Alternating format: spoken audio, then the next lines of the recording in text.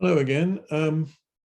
I have a companion volume to a volume which I've already introduced to you.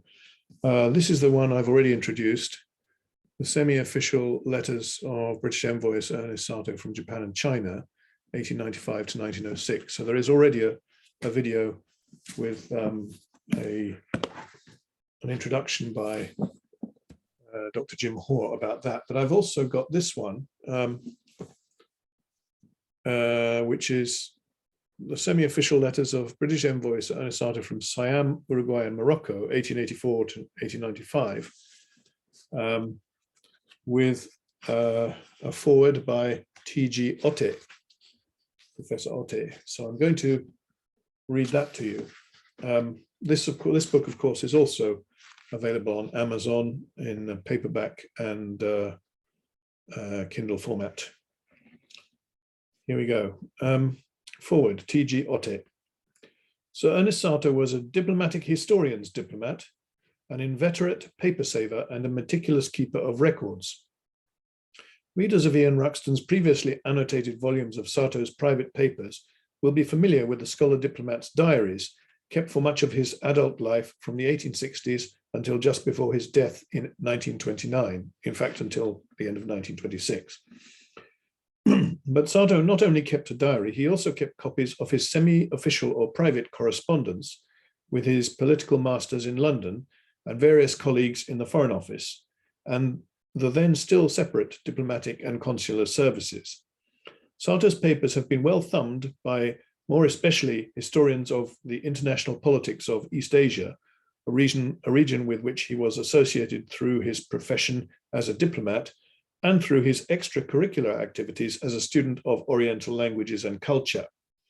Indeed, there scarcely exists a volume on any aspect of 19th century Asian history that does not feature Satow's name or that does not draw on his papers. It is perhaps worth commenting on the nature of the material brought together in this volume. In Satow's day, it was described as private. It was private in the sense that, although addressed to officials, it was supplementary to official dispatches and telegrams, the staple items of diplomatic correspondence. The latter provided, and indeed continues to provide, even in these days of rapid communication via email and horribile dictu, Twitter, an official record of diplomatic exchanges. It was distributed widely amongst Britain's representatives abroad through the confidential diplomatic print series. It was also circulated within Whitehall and was often placed before the public in the shape of parliamentary command papers, better known as blue books, on account of their traditional dark blue paper covers. The possibility of publicity, in turn, placed a premium on economy and discretion. Indeed, in his retirement magnum opus, The Guide to Diplomatic Practice, Satow counselled that the writer of dispatches should be careful to eschew Gallicisms or idioms borrowed from the country where he is serving. Never place an adjective before a noun if it can be spared. Above all, do not attempt to be witty. This is from Sir E.M. Satow, A Guide to Diplomatic Practice in 2 volumes, London, 1917, Volume 1, paragraph 142, page 130. Such strictures did not necessarily apply to private correspondence, as it was not meant to become part of the formal record. Rather, such letters were meant to complement official dispatches and telegrams, offering further information or analysis that was deemed too sensitive to be included in official correspondence given the risk of publication. In practice, however, the occasional private letter or an extract from it might be copied into the official record or reproduced in the confidential print. During the years covered in this volume, Satow was posted to Siam as Minister Resident and Consul General, and from 1889 until 1895 as minister, first to Uruguay and then to Morocco. Yes, he started out as Consul General in Siam and then became Minister Resident quite soon after arrival, I think about a year later. Readers familiar with his diaries for the period will easily recognize certain themes emerging from his semi-official letters. Meetings with foreign dignitaries, briefly touched on in his journals, frequently produced letters to senior Foreign Office clerks in which Satow dealt in more depth and with greater candor with the issues at hand. Neither Bangkok nor Montevideo nor Fez was a diplomatic posting of the first order. Indeed, SATOW was always mindful of the need to be on guard against the notion that his own post was the center of international politics and against an exaggerated estimate of the part assigned to him in the general scheme. This is also from A Guide to Diplomatic Practice, paragraph 166, page 144 of volume 1. British interests in Southeast Asia, Latin America, and Northwest Africa were subsidiary to larger strategic considerations, but they were not negligible either.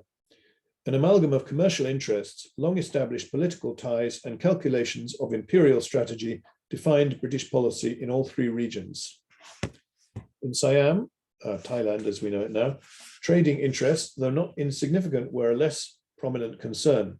London's diplomacy was conditioned by the Thai kingdom's geographical location between British India and France's possessions in Indochina. Geopolitics and imperial defense requirements meant that the Siamese buffer state had to be preserved as much as possible against continued French encroachments. It was in this context that Anglo-French commercial rivalry and competing claims to concessions acquired a larger significance. In these matters, SATOW's legal acumen stood him in good stead. He had studied law at Marburg University and was admitted to the bar in 1887. Indeed, the Foreign Office's legal advisor noted that he had quite an exceptional head for law for a layman and is a very able man. This was Davidson. ND, I presume, means not dated, approximately July 1889, in the Sanderson manuscripts in the National Archives, Public Record Office QFO 800/1. And the very is emphasized in the original. Such attributes were also needed following SATOW's transfer to the River Plate, where Britain's interests were of an entirely economic and financial nature. Much of the commercial life of Argentina and Uruguay was dominated by British trading houses and banking concerns.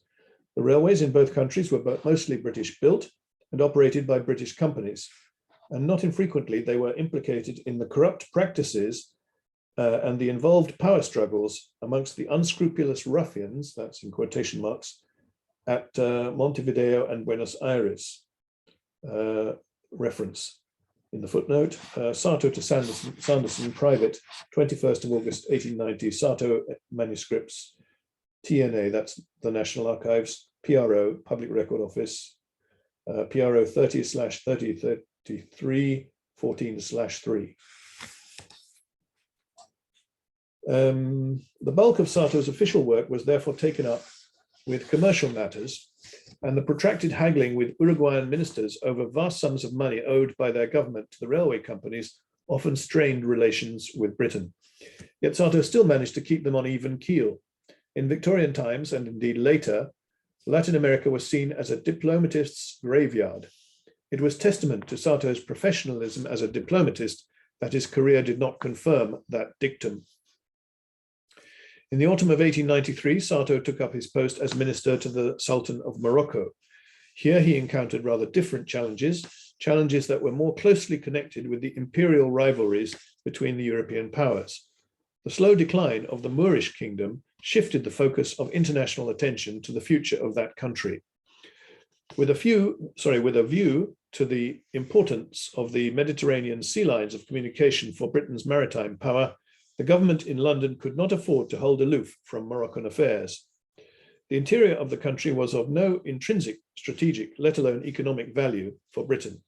The same could not be said of Tangier, one of the two principal places in Morocco, and the coastline opposite Gibraltar, for it guarded the western entrance to the Mediterranean and therefore had to be kept out of the hands of another European power. Unsurprisingly, much of SATOW's diplomatic activities were focused on containing French ambitions in Morocco.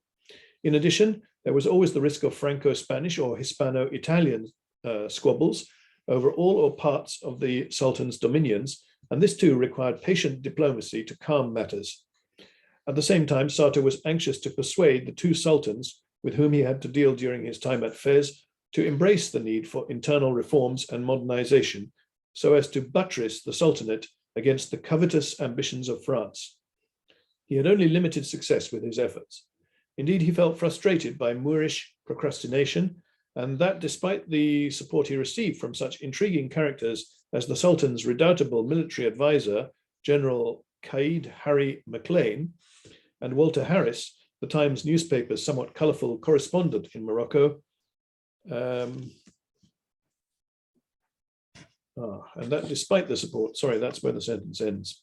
Nor was he able to make much progress in halting the ill treatment of, and indeed atrocities against, the Jewish population in Morocco at Mogador and other places. In June 1895, SATOW left North Africa to return to East Asia, this time as Minister Plenipotentiary to Japan. It is tempting to view the posting to Tokyo as the fulfillment of SATOW's professional destiny, yet it was his sojourn in Siam and his missions to the River Plate and to Fez that prepared the way for his penultimate career move.